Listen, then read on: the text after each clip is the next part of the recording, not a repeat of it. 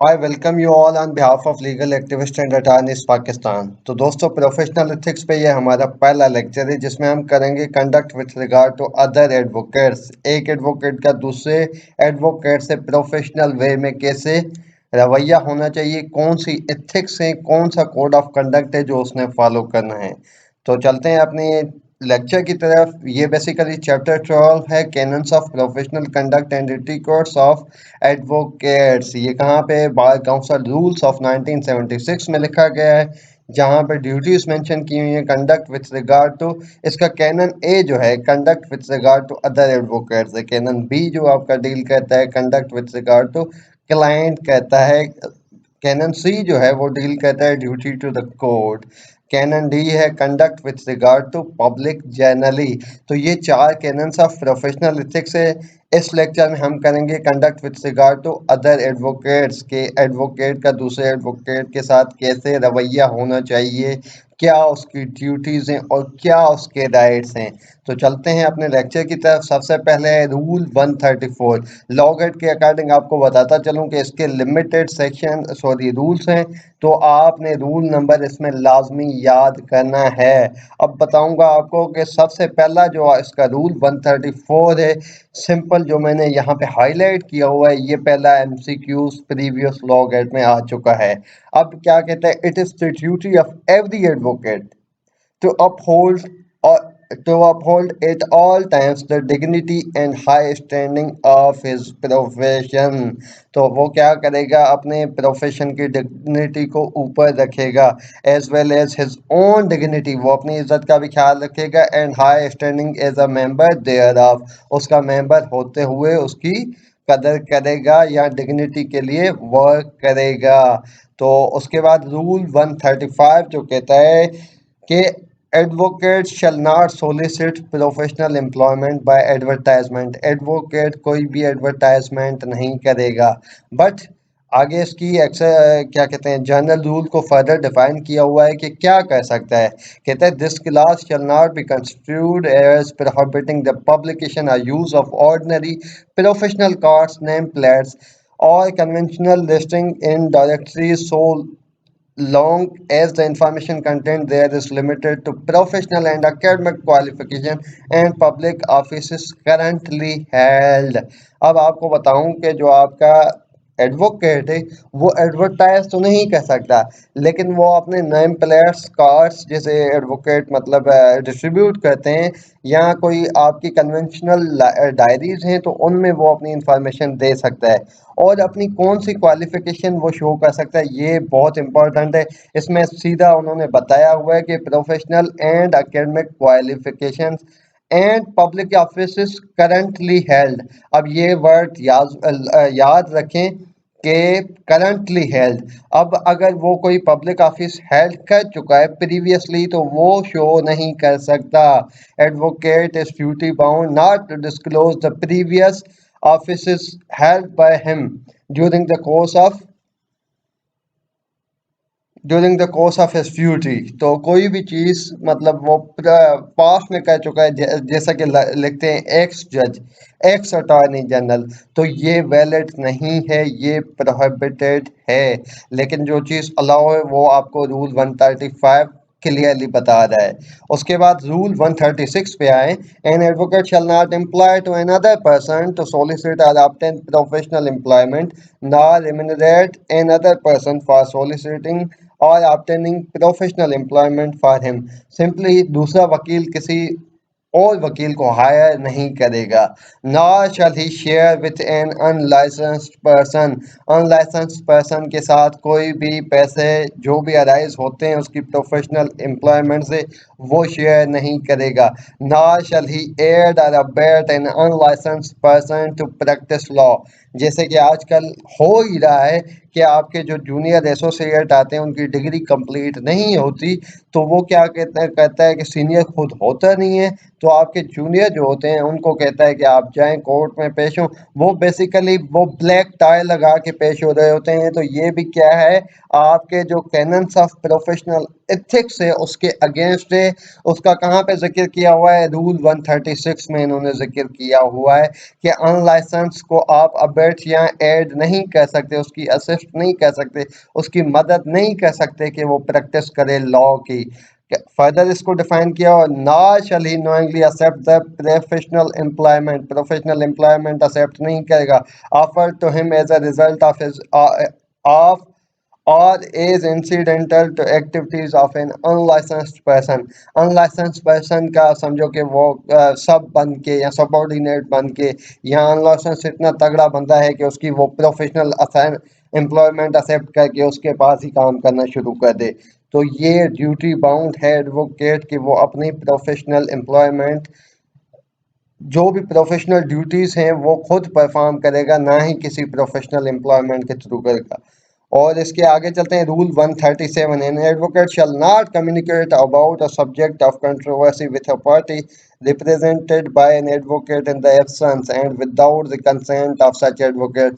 अब जो भी आपका आपकी पार्टी है आप उसके बेसिस पे तो कम्युनिकेट कर सकते हैं, लेकिन दूसरी पार्टी जो होती है उसको रूल 137 में प्रोहिबिट किया गया है कि दूसरी पार्टी का अगर वकील नहीं है उसकी गैर मौजूदगी में आप उससे उसकी पार्टी से बात नहीं कर सकते। ये रूल 137 डिफाइन करता है।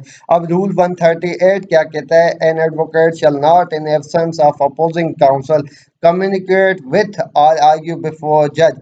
अब दूसरा जो अपोजिट लॉयर है उसकी एब्सेंस में कोई भी वकील जज के साथ कम्युनिकेट नहीं करेगा। अब उसकी एक्सेप्शन दी हुई है, accept in open court and upon the merits of contested matter.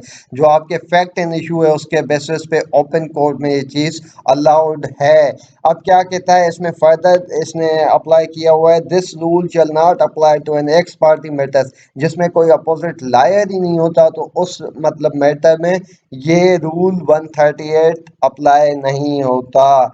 और in respect of matter not सब जुडाइस बिफोर जज और जुडिशियल ऑफिसर कंसर्न, या ऐसा मैटर जो जज के सामने वो प्रोसीडिंग में है ही नहीं, या उसमें वो आपका अपोजिट लायर नहीं है, तो उस मैटर में भी ये रूल 138 अप्लीकेबल नहीं होता।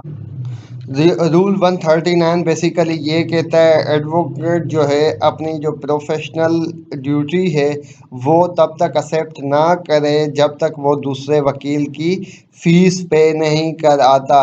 मतलब अगर कोई क्लाइंट दूसरे वकील को छोड़ के आता है तो उससे पहले उसको उस वकील से उसने पूछना चाहिए कि क्या इस पार्टी ने आपको फीस दी थी। अगर उस पार्टी ने इसको फीस नहीं दी तो professional employment sorry professional duty जो है एक्सेप्ट करने से वो इनकार कर सकता है। और ये अपनी मतलब ड्यूटी है एडवोकेट की कि वो इस चीज़ पर रिलायंस करे कि वो प्रीवियस जो पार्टी है उसकी फीस पे हो, बाद में ही उस पार्टी का केस लड़े। ये रूल 139 ने बाउंड किया हुआ है। अब रूल 140 कहता है clients not advocates are the litigants. आपके जो लिटिगेंट्स है वो कौन है, क्लाइंट है, एडवोकेट नहीं है। कोई भी डिमेनर है या कोई पार्टीज के बीच में कोई भी क्लैशेस है तो वो एडवोकेट्स के दरमियान नहीं आना चाहिए। सारे पर्सनल क्लैशेस जो हैं एडवोकेट्स के दरमियान भी वो अवॉइड करने चाहिए। और personal qualities between advocates which cast delay promote unseemly wrangling should be carefully avoided. Personal जो गपशप होती है वो जो डिले करे या प्रमोट करे ऐसी चीज़ को जिससे मतलब आपका केस डिले हो रहा है तो वो वकील को नहीं करनी चाहिए। ये बेसिकली रूल जो 140 है ये यही कह रहा है कि एडवोकेट की दूसरे एडवोकेट के साथ कम्युनिकेशन ऐसी होनी चाहिए जो उसके प्रोफेशनल बिहेवियर को डील करे, ना ही कि उसकी पर्सनल जो ओपिनियंस है या ऐसी चीज़ें जो क्लशियस को मतलब वो क्या कहते हैं प्रमोट करे, वो इसमें नहीं आएंगी। उनको रोका गया है इस रूल 140 के अकॉर्डिंग कि ये नहीं करना चाहिए। उसके बाद आ जाए रूल 141। ये बेसिकली कहता है कि वकील किसी भी और पर्सन के साथ अपनी फीस क्या क्या अपनी रूल 141 बेसिकली डील करता है कि वकील अपनी फीस जो है वो किसी भी बंदे के साथ डिवाइड नहीं करेगा, लेकिन अगर कोई एक्सप्रेस एग्रीमेंट है किसी और वकील के साथ तो वो बेसिकली इसमें कवर हो सकती है कि principle of division of work के बेसिस पे वो आपस में क्या है, डिवीजन ऑफ फीस कर सकें। उसके बाद रूल 142, रूल 142 कहता है presidents of attorney general and the advocate general जब ये कोर्ट में पेश होंगे कॉन्स्टिट्यूशनल यूजेज और प्रैक्टिस के अकॉर्डिंग तो दूसरे एडवोकेट की ड्यूटी है कि वो ऑर्डर ऑफ प्रेसिडेंस को फॉलो करें as per the rule of advocates maintained by the bar council. Simply ये कह रहा है कि जो आपका सीनियर है उसको प्रेसिडेंस देनी चाहिए, लेकिन आपके जो एडवोकेट और अटॉर्नी जनरल हैं उनको ज़्यादा प्रेसिडेंस हासिल है as per rule 142 of bar council rules 1976। अब आ जाए रूल 143 पे। अब रूल 143 बाउंड करता है कि junior or younger member should always be respectful to senior and elder members. अब जूनियर्स जो हैं उनको रेस्पेक्टफुल होना चाहिए towards the senior and elder member. The latter are expected not only be courteous but also helpful to their junior and younger brethren at the bar। अब ये उसके जो आपके यंगर एल्डर मेंबर्स हैं या सीनियर हैं उन पे भी ये ड्यूटी के बाउंड करता है कि उनको ना ही के रहमदिल होना चाहिए, कर्टियस होना चाहिए, बट उनको हेल्पफुल भी होना चाहिए टुवर्ड द यंगर जूनियर्स या जो younger brothers at the bar हैं जो रजिस्टर्ड हैं। उसके बाद आ जाए rule 144 where more than one advocate is engage on any side it is right of senior member to lead the case and junior member should assist him unless senior so wants. अब जब आपको engage किया गया है, आपके साथ दूसरा भी कोई बंदा इंगेज किया गया है एज अ लॉयर, तो आपको पता है वो सीनियर है तो केस को लीड वो करेगा। आपका काम है कि आप उसको असिस्ट करें, तब असिस्ट करें जब सीनियर चाहेगा। ये नहीं है कि आप मतलब लीड करें और वो आपको असिस्ट करे, लेकिन ये चीज़ बिल्कुल है अगर वो आपको कहता है कि आप इस केस को असिस्ट करें, मैं आपको मतलब असिस्ट करता हूँ। बेसिकली रूल 144 जो है वो ये कहता है कि जहाँ पे एक से ज़्यादा वकील इंगेज किए गए हैं किसी पार्टी की तरफ से तो सीनियर मेंबर जो है वो लीड करेगा केस को और जूनियर उसको असिस्ट करेगा तब जब सीनियर चाहेगा कि वो उसकी assistance. Rule 144, rule 1 rule 144 basically ये कहता है जब एक से ज़्यादा वकील कहाँ पे हायर किए गए हों तो आपको बेसिकली जो senior member of the bar है वो केस को लीड करेगा और जूनियर उसको तब असिस्ट करेगा जब उसको सीनियर कहेगा कि मुझे आपकी ज़रूरत है, आप असिस्ट करें।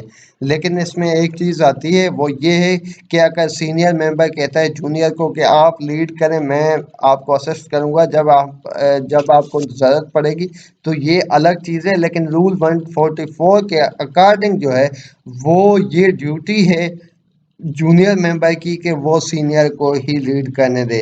अगर एज पर ओन विशेष सीनियर उसको कहता है कि आप लीड करें तो वो अलग बात है, वो हो सकती है। Thank you for watching this video.